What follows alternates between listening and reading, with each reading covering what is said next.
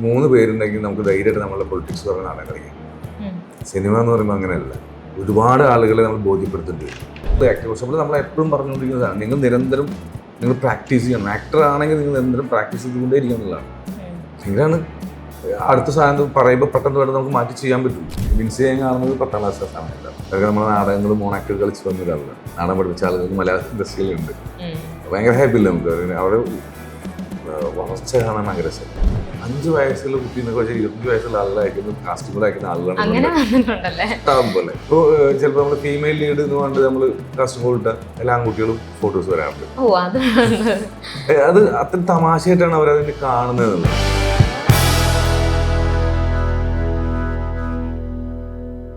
അഭിനയ ജീവിതത്തിലെ അടുത്ത ഒരു അപ്ഡേഷൻ പറയാൻ ചോദിക്കുകയാണെങ്കിൽ എന്തായിരിക്കും? ആക്ടിങ്ങിലാണെങ്കിൽ ഞാൻ ഇപ്പോൾ തമിഴിലൊരു വെബ് സീരീസിൽ അഭിനയിച്ചുകൊണ്ടിരിക്കുന്നുണ്ട്. ഒരു ലീഡ് റോൾ ചെയ്യുന്നു. ലീഡ് റോളല്ല, ഒരു ഏരിയയിൽ ഉള്ള ഇതിൽ ചെറിയ ക്യാരക്ടർ. ലീഡ് റോൾ എന്നല്ല, വലിയ പരിപാടിയാണ്. അതിലോട്ട് ലീഡ് റോൾ ഒക്കെ ചെയ്യണം എന്നൊക്കെ ഇല്ല, അങ്ങനൊന്നും ആഗ്രഹമൊന്നുമില്ല. നല്ല ക്യാരക്ടേഴ്സ് ചെയ്യാം. ഇപ്പൊ പല്ലൂട്ടിയിൽ ചെറിയൊരു സാധനം ഞാൻ ചെയ്തിട്ടുണ്ട്. ഞാൻ ഹാപ്പിയാണ്. അങ്ങനെ ചെയ്യുന്ന സാധനം നന്നായി ചെയ്യണം എന്നാണ് ആഗ്രഹം. അപ്പം അതില് ഇപ്പം ചെയ്യണം എന്ന് ഇനി ആഗ്രഹമുള്ള കൈൻഡ് ഓഫ് ക്യാരക്ടേഴ്സ് ഉണ്ടല്ലോ, ഓരോ ടൈപ്പ്. അങ്ങനെയൊന്നുമില്ല, അങ്ങനെയൊക്കെ നമ്മൾ ആഗ്രഹിച്ചിട്ട് കാര്യമൊന്നുമില്ലല്ലോ. ഒരു സ്ക്രിപ്റ്റിൽ നമ്മളെ പറ്റുന്ന സാധനം ഉണ്ടെങ്കിൽ നമ്മൾ ചെയ്യാത്രേ ഉള്ളൂ. എനിക്ക് അത് ചെയ്യണം അങ്ങനെ ആലോചിക്കാം. അത് പറയാതിരിക്കുന്നതാണ് ബുദ്ധി എന്നാണ് എൻ്റെ ഒരു ധാരണ.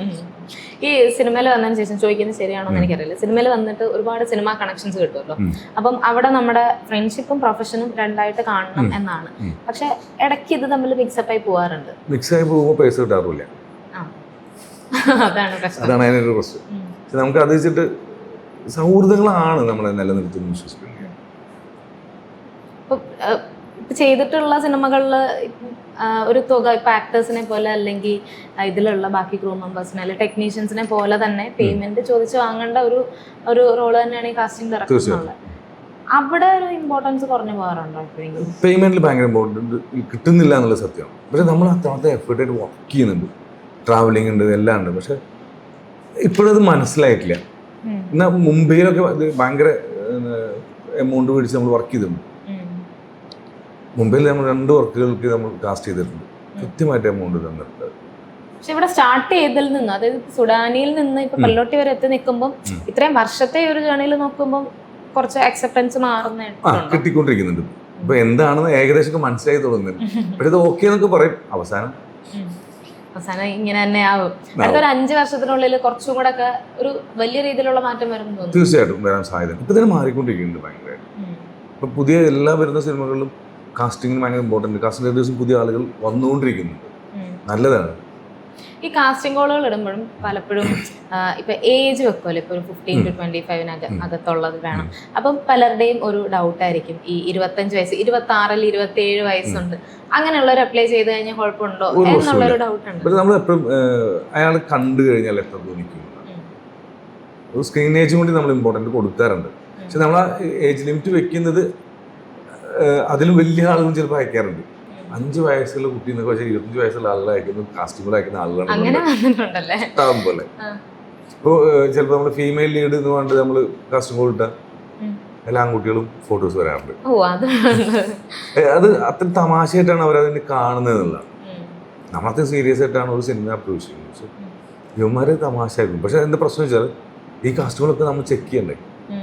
ഒരു 1000 എൻട്രീസ് വന്നിട്ടുണ്ട്, ഈ 1000 ചെക്ക് ചെയ്യുമല്ലേ? തീർച്ചയായിട്ടും. ഇതിന്ന് സോർട്ട് ചെയ്യാന്ന് പറയുന്നത് തന്നെ വലിയൊരു പരിപാടി. അതിന്റെ ഇടയിലാണ് വലിയ ബിൽഡിങ്ങിന്റെ ഇടയിൽ സൺഗ്ലാസ് വെച്ചിട്ടുള്ള ഫോട്ടോ വരും. ബിൽഡിംഗ് ആണോ കാസ്റ്റ് ചെയ്യുന്ന ആളെ മനസ്സിലാവില്ല. ലൊക്കേഷൻ നോക്കി നടക്കുമ്പോഴായിരിക്കും ബിൽഡിംഗ് ലൊക്കേഷൻ ആയതൊക്കെ. അങ്ങനെയൊക്കെ ശരിക്കും പറഞ്ഞാൽ ഭയങ്കര കഷ്ടപ്പാട് നിറഞ്ഞ ജോലി എന്നൊക്കെ പറയാൻ പറ്റുമോ?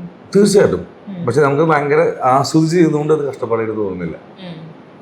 ഇപ്പം സംവിധാനത്തിലോട്ട് ഇനിയും എത്താനുള്ള പ്ലാനിങ് ഒക്കെ ഉണ്ടോ? ഇല്ല, ചെയ്ത പണി ഞാൻ വായിച്ചായിരുന്നു. നാടകം ചെയ്യാൻ പ്ലാൻ ഉണ്ട്. അടുത്ത വർഷം ഞാൻ വലിയൊരു പ്ലേ പ്ലാൻ ചെയ്തിട്ടുണ്ട്. അതിന്റെ സ്ക്രിപ്റ്റിംഗ് പരിപാടി നടന്നുകൊണ്ടിരിക്കുന്നത്. എന്തെങ്കിലും തീം എന്തെങ്കിലും പറയാൻ പറ്റുമോ? ഇല്ല, അത് കുറച്ച് ഇഷ്യൂ പരമായിട്ടുള്ള സാധനമാണ് ചെയ്യുന്നത്. നാടകം ചെയ്യുമ്പോൾ പിന്നെ നമ്മുടെ രാഷ്ട്രീയം പറയാനാണ് നമ്മൾ നാടകം ചെയ്യുന്നത്. നിർബന്ധമായിട്ട് അങ്ങനെ തന്നെയാണ് ആലോചിക്കുന്നത്. സിനിമയിലും അങ്ങനെ തന്നെയല്ലേ ശരിക്കും പറഞ്ഞാൽ പലരുടെയും രാഷ്ട്രീയം നാടകം അങ്ങനെയല്ല. നാടകം നമുക്ക് തീരുമാനിച്ചാൽ മതി കളിക്കാം. 3 പേരുണ്ടെങ്കിൽ നമുക്ക് ധൈര്യമായിട്ട് നമ്മളെ പൊളിറ്റിക്സ് പറഞ്ഞ നാടകം കളിക്കാം. സിനിമ എന്ന് പറയുമ്പോൾ അങ്ങനെയല്ല. ഒരുപാട് ആളുകളെ നമ്മൾ ബോധ്യപ്പെടുത്തുന്നുണ്ട്. ഈ സിനിമയിലെ കാസ്റ്റിങ്ങും നാടകത്തിലെ കാസ്റ്റിങ്ങും എങ്ങനെയാണ് ഡിഫറെന്റ് ആയിട്ട് നിൽക്കുന്നത്? രണ്ടും കാസ്റ്റിംഗ് ഇമ്പോർട്ടൻ്റ് തന്നെയാണ്. ഇപ്പോൾ നാടകത്തിൽ നമ്മൾ കാസ്റ്റിംഗ് ചെയ്യാറുണ്ട്. സ്കൂളിൽ നാടകം പഠിപ്പിക്കാൻ പോകുമ്പോൾ നമ്മളെ കുട്ടികളെ വിളിച്ച് നിർത്തി നമ്മൾ ഓരോരുത്തരെ കൊണ്ട് അഭിനയിപ്പിച്ചത് തന്നെയാണ് നമ്മൾ നാടകത്തിൽ കാസ്റ്റ് ചെയ്തിട്ടുള്ളത്. ഈ ചിലരെ വിളിക്കുമ്പം ഈ ഓഡീഷൻസിനൊക്കെ വന്നിട്ട് പെർഫോം ചെയ്യാൻ പറയുമ്പോൾ പലരും പ്ലാൻ ചെയ്ത് വന്നിട്ട് ഒരു സാധനം ഉണ്ടാവില്ല. അപ്പം ഈ കാസ്റ്റിംഗ് അല്ലെങ്കിൽ അവിടെയുള്ള എഡീസോ കാസ്റ്റിംഗ് ഡയറക്ടേഴ്സോ ഒരു ഇൻസിഡന്റ് പറയും, അതിനനുസരിച്ച് അഭിനയിച്ച് കാണിക്കാൻ പറയും. അപ്പം ആ സമയത്തെ ടെൻഷനും അല്ലെങ്കിൽ ചിലതുണ്ടാവില്ല, ഓഡീഷൻസ് പലതും പല രീതിയിലും ചിലപ്പം എല്ലാവരും കൂടെ ഒരുമിച്ചുള്ള ഓപ്പൺ ഓഡീഷൻ ആയിരിക്കും, ചിലപ്പോൾ അല്ലാതായിരിക്കില്ല ഈ പറഞ്ഞ കാസ്റ്റിംഗ് ഡയറക്ടറും എഡീസും അങ്ങനെ മാത്രമായിരിക്കും. പക്ഷെ സ്പോട്ടിലൊരു ഇൻസിഡന്റ് കൊടുത്തു കഴിഞ്ഞാൽ അവർക്ക് അത് ചെയ്ത് ഫലിപ്പിക്കാൻ പറ്റാത്തൊരവസ്ഥയൊക്കെ വരാറില്ലേ? അവരെ ഹെൽപ്പ് ചെയ്യുന്ന പലരും ഞാൻ അങ്ങനെ കണ്ടിട്ടില്ല. അവർക്കൊരു കോൺഫിഡൻസ് കൊടുക്കുക എങ്കിൽ അവർക്ക് പെർഫോം ചെയ്യാൻ പറ്റും എന്നുള്ളൊരു സാധനം. പക്ഷെ സമയക്കുറവ് കൊണ്ടാണോ നിങ്ങളുടെ ആ ഒരു ടെൻഷനും പ്രഷറും ഒക്കെ കൊണ്ടാണോ അതങ്ങനെ കണ്ടിട്ടില്ല? നമ്മൾ കൃത്യമായിട്ട് അവരെ റിലാക്സ് ചെയ്യിപ്പിച്ച് ഇരുത്തി സംസാരിച്ചിട്ട് തന്നെ നമ്മൾ ചെയ്തത്. ഒരിക്കലും നമ്മൾ ഭയങ്കര സ്പീഡ് അത് ചെയ്യാറില്ല. നല്ല സമയം കൊടുക്കും എന്നെ ചെയ്യിപ്പിക്കുക. പക്ഷെ എൻ്റെ പ്രശ്നം വെച്ചാൽ ഒരു കാസ്റ്റിംഗ് കോളിന് വരുമ്പോൾ അയാളുടെ കയ്യിൽ നല്ലൊരു സാധനം അയാളുടെ കയ്യിൽ ഉണ്ടായിരിക്കുന്നു, പെർഫോമൻസ്. എങ്കിൽ മാത്രമേ നമ്മൾ പറയുമ്പോൾ നമ്മൾ ആദ്യം ചോദിക്കുന്നത് നിങ്ങൾ എന്തെങ്കിലും പെർഫോം ചെയ്തത്. അപ്പോൾ ഇവർ പറയും നിങ്ങൾ പറഞ്ഞു എന്ന്. ഈ നമ്മൾ പറഞ്ഞു എന്ന് പറയുമ്പോൾ നമ്മളൊരു സാധനം പറയുമ്പോൾ അവർക്ക് ചെയ്യാൻ പറ്റുന്നില്ല. അത് അയാൾ പ്രാക്ടീസ് ചെയ്യാത്തതിൻ്റെ പ്രശ്നം. നമ്മൾ വർക്ക്ഷോപ്പുകൾ ആക്ടർ വർക്ക്ഷോപ്പുകൾ നമ്മൾ എപ്പോഴും പറഞ്ഞുകൊണ്ടിരിക്കുന്നതാണ് നിങ്ങൾ പ്രാക്ടീസ് ചെയ്യണം. ആക്ടർ ആണെങ്കിൽ നിങ്ങൾ നിരന്തരം പ്രാക്ടീസ് ചെയ്തുകൊണ്ടേ ഇരിക്കണം എന്നുള്ളതാണ്. എങ്കിലാണ് അടുത്ത സാധനം പറയുമ്പോൾ പെട്ടെന്ന് വേണം നമുക്ക് മാറ്റി ചെയ്യാൻ പറ്റുള്ളൂ. അല്ലെങ്കിൽ നിങ്ങൾ സ്റ്റിക്കായി ഇങ്ങനെ നിൽക്കവർ ഇത് അടുത്ത് പറയുമ്പോൾ ഓക്കെ എന്ന് പറഞ്ഞാൽ അടുത്ത് ചെയ്യാൻ പറ്റണം. അതിന് നമ്മൾ എപ്പോഴും പറയുന്നത് വായിക്കണം എന്ന് പറയുന്നത്, നിരന്തരം പ്രാക്ടീസ് ചെയ്യണം എന്ന് പറഞ്ഞുകൊണ്ടേ ഇരിക്കാറുണ്ട്. വായിച്ചു കഴിയുമ്പോൾ അതിലെ ക്യാരക്ടേഴ്സിനെ കുറെ കിട്ടും. പിന്നെ വിഷ്വൽ സാധ്യത ഭയങ്കരല്ലേ വായനയ്ക്ക്, നമ്മൾ ഉണ്ടാക്കുന്നതാണല്ലോ, ഭയങ്കര സാധ്യതയല്ലേ. ഞാൻ ഈ പല്ലോട്ടിയുടെ ബാബുക്കയുടെ ഫേസ്ബുക്കിൽ കിടപ്പുണ്ട്. ഇവർ ഈ കുട്ടികളെ ഇങ്ങനെ ഒരു കോളം വരച്ചിട്ട് അതിനകത്ത് നിർത്തിയേക്കുന്ന ഒരു ഫോട്ടോ, അതെന്തായിരുന്നു ശരിക്കും? അത് നമ്മള് ഒരു ഗെയിമായിരുന്നു. ഇവരെ വേഗത്തിലെത്തിക്കണം, ഡയലോഗ് പറഞ്ഞിട്ട് അതിലേക്ക് എത്തണം. അത് ഭയങ്കര രസം. ഗെയിമിലൂടെയാണ് ചെയ്യുന്നത്, ഗെയിമായിട്ടാണ് അവർക്ക് തോന്നുള്ളൂ. പക്ഷെ അത് അവരറിയാതെ തന്നെ നമുക്കത് ലൊക്കേഷനിൽ നമുക്കത് ഭയങ്കര ഉപകാരപ്പെടും. അതെങ്ങനെ അവരെ പ്രാക്ടീസ് ചെയ്യിപ്പിക്കുന്ന ഡയലോഗ് പലർക്കും പല ഡയലോഗ് കൊടുക്കുക, അത് പറഞ്ഞിട്ട് അവർക്ക് എത്തണം. അത് ഈ മോഡുലേഷനിൽ തന്നെ മോഡുലേഷനിൽ എത്തണം. കുട്ടികൾക്ക് അത് എളുപ്പമായിരുന്നു. ഗെയിമിന്റെ രീതിയിലാകുമ്പോൾ അവർക്ക് ഭയങ്കര ഈസിയാണ്. അതുപോലെ തന്നെ ഞാൻ വീഡിയോയിൽ കണ്ടായിരുന്നു വടിയെടുത്തൊക്കെ നടക്കുന്നത്, പിള്ളേരെ അടിച്ചു പേടിപ്പിക്കുന്നതാണോ? അല്ല, നമ്മൾ ചില സമയത്ത് നമ്മൾ വീട്ടിൽ അച്ഛനൊക്കെ ആവേണ്ടി വരും. ഇല്ലെങ്കിൽ ഇവിടെ നിൽക്കുന്ന പറഞ്ഞിട്ട് തിരിഞ്ഞു നോക്കുമ്പോൾ അവിടെ കാണില്ലേ, ഞാൻ നല്ല അടിയൊക്കെ അടിച്ചിട്ട് പഠിപ്പിക്കാം. അല്ല, അത് അവർക്കും അറിയാതെ. അത് കഴിഞ്ഞ് നമ്മൾ നന്നായി പോയിട്ട് എല്ലാവരും കൂടി പോയി ചായ കുടിച്ചു. പേടി ഉണ്ടായിരുന്നു അപ്പൊ അവർക്ക്? തീർച്ചയായിട്ടും. എങ്കിലും അഭിനയിക്കില്ല, ടീച്ചേഴ്സ് നിൽക്കണ പോലെ അഭിനയിക്കുന്നതല്ല, അല്ലെങ്കിൽ ഇവർ കാണില്ല. അഭിനയിക്കും പക്ഷെ പിടിച്ചാ കിട്ടില്ല, അത് കഴിഞ്ഞ് തന്നെ കാണില്ല. അപ്പൊ അതിന് നമ്മൾ വടിയിട്ട് ഇങ്ങനെ അവിടെ നിൽക്കും.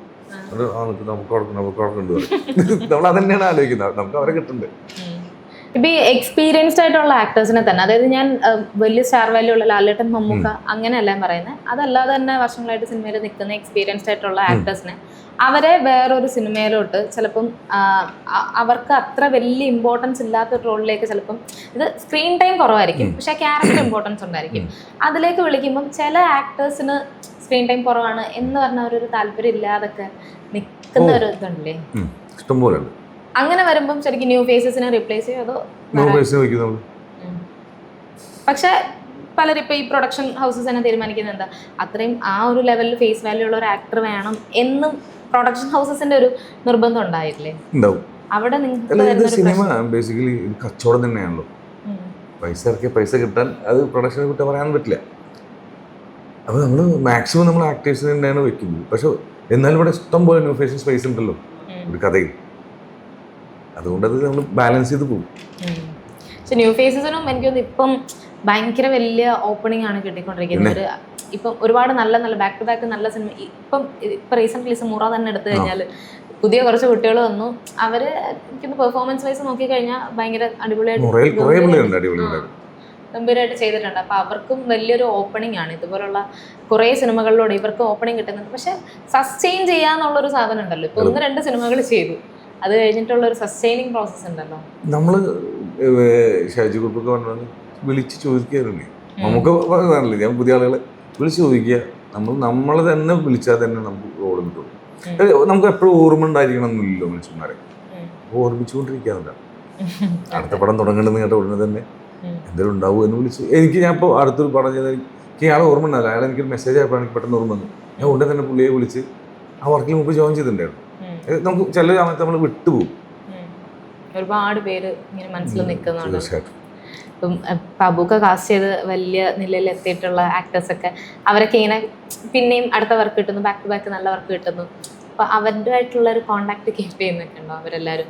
പിന്നെ ഇപ്പോൾ ലുക്മാനായാലും വിൻസി ആയാലും എല്ലാവരും നല്ല എപ്പോഴും വിളിക്കുന്നതല്ല, ആവശ്യങ്ങൾക്ക് അങ്ങോട്ട് കൃത്യമായ കാര്യങ്ങൾ കമ്മ്യൂണിക്കേറ്റ് ചെയ്യുന്നത്. അവരുടെ ഒരു ഗ്രോത്ത് കാണുമ്പോൾ എന്താ അബൂക്കയ്ക്ക് തോന്നുന്നത്? ഭയങ്കര സന്തോഷമല്ലേ. എന്ന് വെച്ചാൽ ലുക്മാനൊക്കെ ഞാൻ കാണുന്നത് 7ാം ക്ലാസ്സിൽ നിന്ന് 6ാം ക്ലാസ്സിൽ നിന്നാണ്. MEM സ്കൂളിൽ നിന്നാണ്. വിൻസിയെ ഞാൻ കാണുന്നത് 10ാം ക്ലാസ് സമയത്താണ്. അതൊക്കെ നമ്മുടെ നാടകങ്ങളും മോണാക്ട് കളിച്ച് വന്ന ഒരാളാണ്. ഇപ്പോൾ സെക്രട്ടറി ആയാലും കുറേ ആളുകൾ ഇഷ്ടംപോലെ നാടകം പഠിപ്പിച്ച ആളുകൾ മലയാള ഇൻഡസ്ട്രിയിലുണ്ട്. ഭയങ്കര ഹാപ്പി അല്ലേ നമുക്ക് അവിടെ വളർച്ച കാണാൻ ഭയങ്കര രസം. ഇപ്പം ഇതുപോലെ തന്നെ അബൂക്കയുടെ കൂടെ പണ്ട് നാടകത്തിലുണ്ടായിരുന്ന ഒരുപാട് പേരും സിനിമയിലേക്ക് വന്നു എന്ന് പറഞ്ഞിട്ടുണ്ടായിരുന്നു. അതിൽ സിനിമയിലേക്ക് വരാൻ ആഗ്രഹിച്ച് വരാൻ പറ്റാത്തവരെന്നാലും ഒരു ചുരുക്കം വിഭാഗം ഉണ്ടാവുമല്ലോ, ഒരു വളരെ കുറച്ച് പെർസെന്റേജ് ഉണ്ടാവുമല്ലോ. അവരൊക്കെ അസലായിട്ട് ഗവൺമെന്റ് ജോലി ജീവിക്കുന്നുണ്ട്. അങ്ങനെ നിൽക്കല്ലേ. അല്ല, അവര് ആഗ്രഹം ഉണ്ടായിരുന്നു, അതിന് വേണ്ടിയിട്ട് ഇറങ്ങി വർക്ക് ചെയ്തിട്ടില്ല. സിനിമ എന്ന് പറയുന്ന ഒരു ഇൻഡസ്ട്രിയുടെ ഇതാണ്, നമ്മൾ ത്രൂ ഔട്ട് അതിനുവേണ്ടി നമ്മുടെ ലൈഫ് മാറ്റി വെക്കണം അല്ലേ? ഇപ്പൊ ഞാനൊക്കെ നാടകം കളിക്കുന്ന കാലത്തിലാണ് പ്രിയേട്ടനൊക്കെ, പ്രിയനന്ദൻ, ജോയ് മാത്യു സാറൊക്കെ, ജോയ് സാറിന്റെ നാടകങ്ങളാണ് ഞങ്ങൾ കളിച്ചിട്ടുള്ളതൊക്കെ. അല്ലെങ്കിൽ ഏറ്റവും സങ്കടം എന്ന് വെച്ചാൽ നമ്മളെ നാടകം പഠിപ്പിച്ച ഗുരുവായിരുന്നു സോബി സൂര്യഗ്രാമം. അപ്പം അടുത്ത് ഒരു മാസം മുന്നേ പുള്ളി മരണപ്പെട്ടു പോയി. അതാണ് എൻ്റെ ലൈഫിലെ ഏറ്റവും വലിയൊരു സങ്കടം ഉണ്ടായിട്ടുള്ള വേറൊരു കാര്യം. ഇതിൽ നമ്മൾ ആരാവണം ഇങ്ങനെ ഇങ്ങനെ എന്താ പറയുക, ഒരു പിടുത്തം കിട്ടാൻ നിൽക്കുന്ന സമയത്താണ് സോബിയേട്ടനെ കാണുകയും സോബിയേട്ടൻ്റെ നാടകങ്ങളിലൂടെ നമ്മൾ കളിക്കുകയും. ഇപ്പം നമ്മൾ ഇഷാദൊക്കെ സോബിയേട്ടൻ്റെ നാടകത്തിലാണ് ലാസ്റ്റ് കളിച്ചിട്ടുണ്ടെന്നാണ് എൻ്റെ ഒരു ധാരണ. കാക്കാലൻ എന്ന് പറഞ്ഞൊരു നാടകത്തിൽ ഒരു ഭയങ്കര ഒരു സോബി എന്ന് പറയുന്ന ഒരു മനുഷ്യനില്ലായിരുന്നെങ്കിൽ ചിലപ്പോൾ നമ്മൾ നാടകക്കാരൻ എന്ന രീതിയിൽ അങ്ങനെ ഇരുന്ന് വർത്താനം പറയില്ലായിരുന്നു. തീർച്ചയായിട്ടും സോബിയേട്ടൻ തന്നെയാണ് എൻ്റെ കണ്ണൻ ചേട്ടൻ. ഇതുപോലുള്ള വേറെ കണ്ണൻ ചേട്ടന്മാരും അല്ലെങ്കിൽ ഉണ്ണിമാരും ലൈഫിൽ വേറെ ഉണ്ടോ?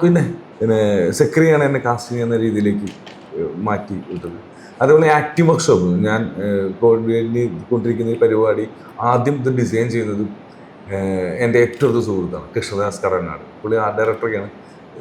കൃഷ്ണദാസാണ് എന്നോട് പറഞ്ഞത്, എടാ ഇങ്ങനൊരു പരിപാടിയില്ല നിൻ്റെ കയ്യിൽ, നീ എന്തുകൊണ്ടാണ് ആക്ടിംഗ് വർക്ക്ഷോപ്പ് സംഘടിപ്പിക്കാതെ എന്നോട് ആദ്യം പറഞ്ഞത് കൃഷ്ണദാസാണ്. ഞങ്ങൾ കൈനസിസ് എന്ന് പറഞ്ഞിട്ടുള്ള ഒരു പ്രൊസീജിയർ ഇത്ര കാലം നീങ്ങിയത്. ഇപ്പോൾ കുറച്ചായിട്ടുള്ള ഞങ്ങൾ വേറെ രീതിയിൽ ട്രാവൽ ചെയ്യേണ്ടി വന്നത്. കൃഷ്ണദാസ് കുറച്ച് തിരക്കായി. അപ്പോൾ ഞാനിപ്പോൾ സ്വന്തം കോർഡിനേറ്റ് ചെയ്യല്ല, വേറെ ആളുകൾ ചെയ്യുന്ന സ്ഥലത്ത് വിട്ടാണ് ഞാനിപ്പോൾ വർക്ക്ഷോപ്പ് ചെയ്യുന്നത്. ഞാൻ ചോദിക്കാൻ വെച്ചിരുന്നായിരുന്നു ഈ ആക്ടിംഗ് വർക്ക്ഷോപ്പിനെ പറ്റി. അതിൻ്റെ ആക്ടിംഗ് വർക്ക്ഷോപ്പിൻ്റെ ഓരോ സ്ഥലത്ത് അല്ലെങ്കിൽ ക്യാമ്പസുകളൊക്കെ ആണെങ്കിലും ഈ ഇൻസ്റ്റിറ്റ്യൂട്ട്സ് സെലക്ട് ചെയ്തിട്ടൊക്കെ ആണെങ്കിലും വർക്ക്ഷോപ്പുകൾ നടത്താറുണ്ട്.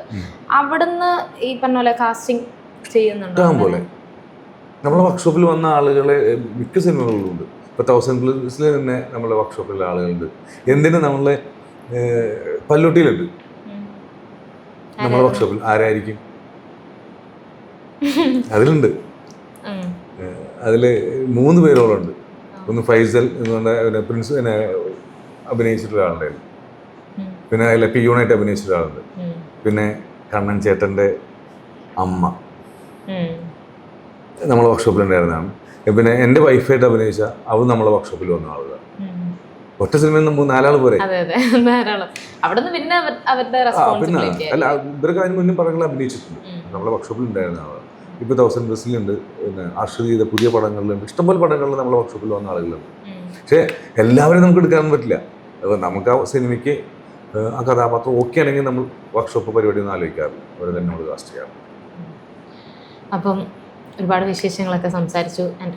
ഒന്നും കൂടെ ഇനിയും എനിക്കൊരു കാര്യം പറയാണ്ട്, പല്ലൂട്ടി ഇപ്പം തിയേറ്ററിൽ പോയിട്ടില്ല. വീണ്ടും ആളുകൾ തിയേറ്ററിൽ പോയി തന്നെ പടം കാണട്ടെ എന്ന് പറയാം. അതെ, ഉറപ്പായിട്ടും അത് നമ്മൾ പറയാറുണ്ട്. ക്വാളിറ്റി ഉള്ള ഈ ഒരു മൂവി ഇത് പിന്നീട് OTT-ൽ വന്നിട്ട് പിന്നെ ഈ തിയേറ്ററിൽ മിസ്സായി പോയല്ലോ എന്ന് പറയേണ്ട ഒരു അവസരം ഉണ്ടാക്കരുത് ആരും. എല്ലാവരും തിയേറ്ററിൽ തന്നെ കാണുക. ആൻഡ് ഒന്നുകൂടെ ചോദിക്കാനുണ്ട്, അടുത്ത ഇനിയും ലൈക്ക് കാസ്റ്റിംഗ് ചെയ്യുന്ന അടുത്ത സിനിമകൾ 6 സിനിമകൾ പുതിയൊരു കാസ്റ്റിംഗ് പരിപാടിയിലാണ്. ഇനി റിലീസിന് വേണ്ടി ഒരുങ്ങി നിൽക്കുന്ന സിനിമകൾ 5 സിനിമകൾ റിലീസിനുണ്ട്. ബാക്ക് ടു ബാക്ക് അപ്പോൾ വർക്ക്സ് ആണ്. 6 സിനിമകളുടെ കാസ്റ്റിംഗ് പ്രോസസ്സിലാണ് ഇപ്പോൾ പോയിക്കൊണ്ടിരിക്കുന്നത്. അറ്റ് എ ടൈം 6 ആണോ? അതിപ്പം ഇല്ല, അതിപ്പോ ജനുവരിയിൽ തുടങ്ങാണ്ട് ഫെബ്രുവരി, മാർച്ച്, ഏപ്രിൽ. അങ്ങനെ. അപ്പൊ അടുത്ത വർഷം പകുതി വരെ റിസർവ്ഡ് ആണ്. അതെ. അപ്പൊ എന്തായാലും എല്ലാം അടിപൊളിയായിട്ട് നടക്കട്ടെ. ഒരുപാട് താങ്ക്സ് പല്ലോട്ടിയിൽ ഇത്രയും നല്ല കാസ്റ്റിംഗ് കൊണ്ടുവന്നതിനും കുട്ടികളെ ഇത്ര നന്നായിട്ട് ഒരുപാട് സന്തോഷം. അവരെ സ്ക്രീനിൽ ഇങ്ങനെ കാണുമ്പോൾ അവരുടെ ഓരോ കുട്ടിത്തം നിറഞ്ഞ ഓരോ കാര്യങ്ങൾ കാണുമ്പോഴും നമ്മൾ ചെറുപ്പകാലത്തിലേക്ക് എത്തുന്നുണ്ടെങ്കിൽ അവരുടെ ആ രീതിയിൽ അത് പെർഫോം ചെയ്തുകൊണ്ടാണ്. അപ്പോൾ അതിൻ്റെ ബാക്കിൽ നിന്ന് ഇത്രയും സപ്പോർട്ട് ചെയ്തതിന് എൻ്റെയും എല്ലാവരുടെയും വക താങ്ക്സ് മാത്രമാണ് പറയാനുള്ളത്. അപ്പം ഇനിയും ഇതുപോലുള്ള ഒരുപാട് നല്ല കാസ്റ്റിങ്ങുകളും ഒരുപാട് നല്ല സിനിമകളും പെർഫോമൻസ് എല്ലാം നമ്മൾ കാത്തിരിക്കുകയാണ്. ഞാനും എന്നെ പോലുള്ള ഒരുപാട് പ്രേക്ഷകരും കാത്തിരിക്കുകയാണ്. Thank you so much. ഒരുപാട് നേരം സംസാരിക്കാൻ പറ്റി. ഓക്കെ, ബുക്കാം. Thank U.